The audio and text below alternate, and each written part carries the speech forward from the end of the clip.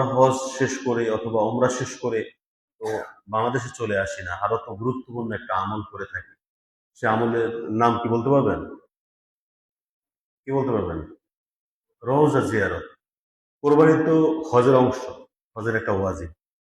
আমরা হজ শেষ করে অথবা যদি হজের আগে, ওমরা শেষ করে ৮ই জিলহজের আগে যে সময়টা থাকে, যদি হজের ফ্লাইট এমন হয় যে অনেক আগে হয়ে গেছে, আপনি তামাত্তু হজের জন্য যে ওমরা লাগে, আপনি একাধিক ওমরা করেছেন, ৮টা ১০টা ওমরা করেছেন, এরপরে ৮ই জিলহজ হইতে আরো প্রায় সময় থাকে।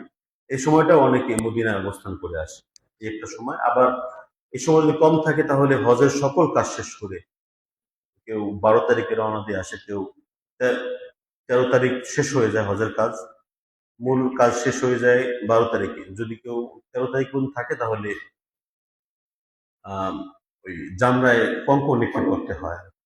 তো এই হজের কার্যক্রম শেষ করে আবার মদিনায় আমরা আসি, রওজা জিয়ারত। সম্মানিত উপস্থিতি, আমরা এই বিষয়ে আলোচনা কেন করব? কারণ সবাই আমরা জানি যে রাসূল সাল্লাল্লাহু আলাইহি সাল্লামের রওজা জিয়ারত অধিক ফজিলতপূর্ণ এবং অধিক গুরুত্বপূর্ণ। তারপর এটা কেন বলছে, অনেক ভাইয়েরা শুধু বলে ওই যে হজের যে আলোচনা করছে এর মধ্যে তো কোনো রওজা জিয়ারতের কোনো ওয়াজিব কিছুই নাই বা কোনো মানে কাজ নাই, এজন্য অনেকে শুধু মক্কায় গিয়ে হজ উমরা করে চলে আসে, মদিনায় যায়। তাহলে আল্লাহ নবী সাল্লাল্লাহু আলাইহি ওয়াসাল্লামের হাদিস যদি আজকে শুনি এবং আল্লাহ তাআলার পবিত্র কোরআনের আয়াত যদি শুনি, আমার মনে হয় না কেউ এমন চিন্তাও করবে। আল্লাহ নবী সাল্লাল্লাহু আলাইহি ওয়াসাল্লামের জন্ম কোথায়? আল্লাহ নবী সাল্লাল্লাহু আলাইহি ওয়াসাল্লামের জন্ম কোথায় এবং মক্কায় কত বছর ছিলেন? 53 বছর। আর 10 বছর কোথায়? তারপর আল্লাহ নবী সাল্লাল্লাহু আলাইহি ওয়াসাল্লাম কি বলে দেখেন। আল্লাহ নবী সাল্লাল্লাহু আলাইহি ওয়াসাল্লাম তার সবচেয়ে প্রিয় শহর হলো মদিনা। অর্থাৎ আল্লাহ নবী সাল্লাল্লাহু আলাইহি ওয়াসাল্লাম মক্কার থেকেও মদিনার প্রতি বেশি ভালোবাসা বাড়িয়ে দিন, এই মর্মে আল্লাহর কাছে দোয়া করেছে, আল্লাহুম্মা হাব্বিব ইলাইনাল মাদিনা কাহুব্বিনা মক্কা আও আসাদ্দা। যে মক্কার মতো অথবা মক্কার থেকেও বেশি মোহাব্বত আল্লাহ আপনি মদিনার প্রতি বাড়িয়ে দেন। বলুন সুবহানাল্লাহ। তাহলে কতটা প্রিয় শহর, কতটা বরকতপূর্ণ শহর, মুবারক শহর, মুনাওয়ারা বলা হয়, মদিনাতুল মুনাওয়ারা। এই কতটা প্রিয় শহর আল্লাহ নবী সাল্লাল্লাহু আলাইহি ওয়াসাল্লামের কাছে যে তিনি মক্কার থেকেও মদিনার প্রতি ভালোবাসা, মহাব্বত, আকর্ষণ, টান বাড়িয়ে দেওয়ার জন্য আল্লাহর কাছে দোয়া করেছেন। তাহলে আমরা আজকের প্রথম আলোচনা কি? রওজা জিয়ারতের গুরুত্ব ও ফজিলত। আমরা অবশ্যই অবশ্যই কোনো ব্যস্ততা না, হয়তো ওমরার আগে হোক, ওমরার পরে হোক, হজের আগে হোক, হজের পরে হোক, কোন একটা অবস্থান আমরা মসজিদে নববী বা রওজায় আমরা কি অবস্থান করবো ইনশাআল্লাহ। আমি আবারও বলিনি, হজ ওমরার কোন ফরজ ওয়াজিব কাজ মদিনা অবস্থান না, কিন্তু অনেকে বলে যে মদিনা মানে হজের কার্যক্রম হলো মক্কায় হয় আর পাশ হয় মদিনায়। এটা কেন বলে? আল্লাহ নবী সাল্লাল্লাহু আলাইহি সাল্লামের সুপারিশ ছাড়া তো আপনার কোনো কিছু গ্রহণযোগ্য না। আল্লাহ নবীর সুপারিশ ছাড়া আপনার কোনো আমল, কোনো কিছু গ্রহণযোগ্য। এই জন্যই বলা হয় যে মক্কায় আপনি সকল কার্যক্রম করে এসে আল্লাহর কাছে সাহায্য চাইবেন মদিনায় এসে। আল্লাহ তাআলা পবিত্র কোরআনে সূরা নিসার ৬৪ নম্বর আয়াতে সকল ওয়ালাউ আন্নাহুম ইয যালামু আনফুসাহুম জাউকা ফাস্তাগফিরুল্লাহ। ওয়ালাউ আন্নাহুম ইয যালামু আনফুসাহুম জাউকা, তারা গুনাহ করে আপনার কাছে আসতো, ফাস্তাগফিরুল্লাহ, আল্লাহর কাছে তওবা চাইতো, ক্ষমা চাইতো। এখানে কিন্তু নবীজির কাছে ক্ষমা চাওয়ার কথা বলা হয় না। আর তারা আপনার কাছে আসতো, ফাস্তাগফিরুল্লাহ, এবং আল্লাহর কাছে ক্ষমা চাইতো, ওয়াস্তাগফারা লাহুমুর রাসূল, এবং রাসূল সাল্লাল্লাহু আলাইহি ওয়াসাল্লাম তাদের পক্ষ হয়ে আল্লাহর কাছে প্রার্থনা করত, লাওয়াজাদুল্লাহ তাওয়াবার রহিমা, তাহলে তারা আল্লাহকে পাইতো কিভাবে?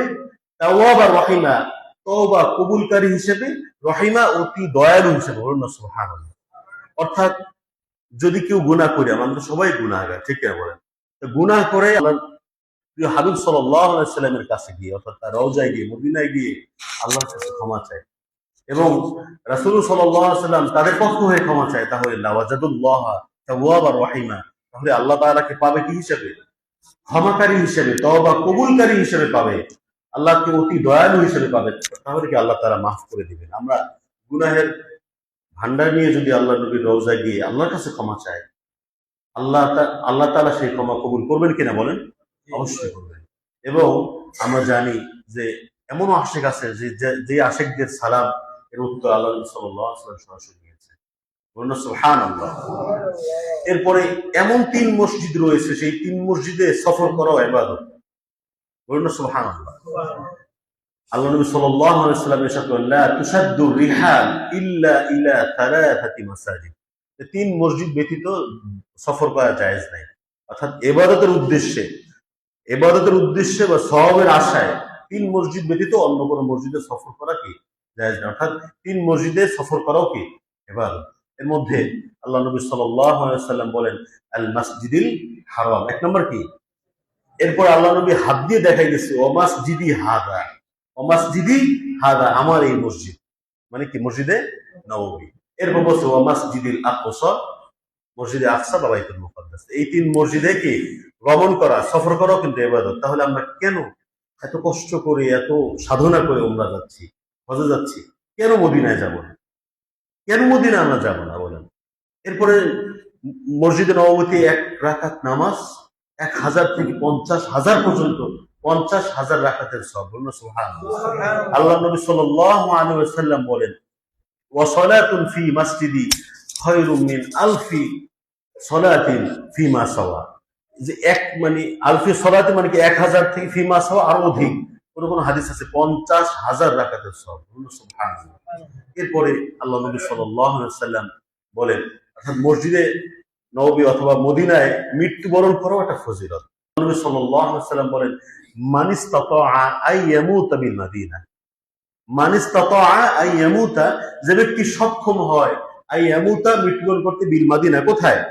মদিনায়, ফালইয়ামুত বিহা, সেজন্য সেখানে মৃত্যুবরণ করে। বলুন সুবহানাল্লাহ। প্রশ্ন আগে বুঝলেন, আল্লাহ নবী সাল্লাল্লাহু আলাইহি ওয়াসাল্লাম কি বলছেন? যে ব্যক্তি মদিনায় মৃত্যুবরণ করতে সক্ষম হয়, ফালইয়ামুত বিহা, সেজন্য সেখানে কি করে? মৃত্যুবরণ করে। বিষয়টা কিন্তু আবার সুইসাইড না, যে ওখানে যে মানে অতি সওয়াবের আশা যে নিজের, এটা কিন্তু নাই। অর্থাৎ স্বাভাবিক মৃত্যু। অনেকে কামনা করেন, আল্লাহ মক্কা মদিনা আমাদেরকে মৃত্যু দিয়েন, নামাজরত অবস্থা আমাদেরকে মৃত্যু দিয়েন, আমাদের শাহাদাতে মৃত্যু দিয়েন। আর শাহাদাতে মৃত্যু বললেই যদি নিজেকে শেষ করে দেয়, কি শাহাদাত হবে? হবে। এজন্য স্বাভাবিক মৃত্যু, অর্থাৎ যদি কেউ কামনা করে, সেই কামনা অনুযায়ী সেই মৃত্যু মদিনায় আল্লাহ তাআলা কবুল করেন। ফালিয়ামুত বিহা, তখন আল্লাহ নবী সাল্লাল্লাহু আলাইহি ওয়াসাল্লাম কি বলেন? ফাইন্নী আশফাউ লিমান ইয়ামুতু বিহা। বলুন সুবহানাল্লাহ। যে ফাইন্নী আশফাউ, আমি সুপারিশ করি বা শাফাআত করব, লিমান ইয়ামুতু, যে ব্যক্তি মৃত্যুবরণ করবে, বিহা মানে বিল মাদিনা, বিহা মানে কি? বিল মাদিনা। তাহলে মদিনায় মৃত্যুবরণ করাও কিন্তু ফজিলত। তাহলে আমরা হজমরার কার্যক্রম শেষ করে যদি মদিনায় গিয়ে অবস্থান করি, কোনো কারণে কোনো যদি আল্লাহ ওখানে হায়াত শেষ হয়ে যায়, তাহলে আপনি কিন্তু এই আল্লাহ নবী সাল্লাল্লাহু আলাইহি ওয়াসাল্লামের হাদিস অনুযায়ী তার শাফায়াত আপনার জন্য মঞ্জুর হয়ে যাবে। বলুন না সুবহানাল্লাহ। শুধু তাই নয়, দুনিয়ায় বসে কোন বান্দা, কোন উম্মাত, কোন মানুষ যদি জান্নাতের একটা টুকরায় অবস্থান করতে চায়, তার কোথায় যেতে হবে? কোথায় যেতে হবে? কোথায় যেতে হবে বলেন? মদিনা। আল্লাহ নবী সাল্লাল্লাহু আলাইহি ওয়াসাল্লাম বলেন, মা বাইনা বাইতি ওয়া মিনবারি, মা বাইনা বাইতি ওয়া মিনবারি রাওদাতুন মিন রিয়াদিল জান্নাহ। বলুন সুবহানাল্লাহ। আমার ঘর এবং মিম্বারের মধ্যবর্তী যে জায়গাটা, সেটা জায়গা জান্নাতের একটা টুকরা, জান্নাতের একটা বাগান। বলুন না সুবহানাল্লাহ। তাহলে যারা মসজিদে নববী বা মদিনায় আমরা যাই, এখানে কিন্তু রিয়াজুল জান্নাতে কিন্তু একটা সময়, আগে তো অনেক সময় ছিল, আগে কিন্তু এখানে মানে একাধিকবার যাওয়ার কোনো সুযোগ ছিল, কিন্তু এখন একবার যাওয়া যায় আর কি। এখানে অবস্থান করে 10-15 মিনিট 20 মিনিট নামাজ পড়া যায়, দোয়া করা যায়। তাহলে দুনিয়ায় বসে জান্নাতের একটা টুকরা, জান্নাতের একটা জায়গায় কিন্তু বসার সুযোগ কোথায় গেলে? মদিনা। অতএব সম্মানিত ভাইয়েরা, আজকের এই কথা বলার, এটা কিন্তু হজের সাথে তো সম্পৃক্ত। কেননা হজে গেলে অনেকে এটা বলতে পারে যে হজের তো কোনো কার্যক্রম মদিনায় নাই, তাহলে মদিনায় যাওয়া হবে। নাউজুবিল্লাহ।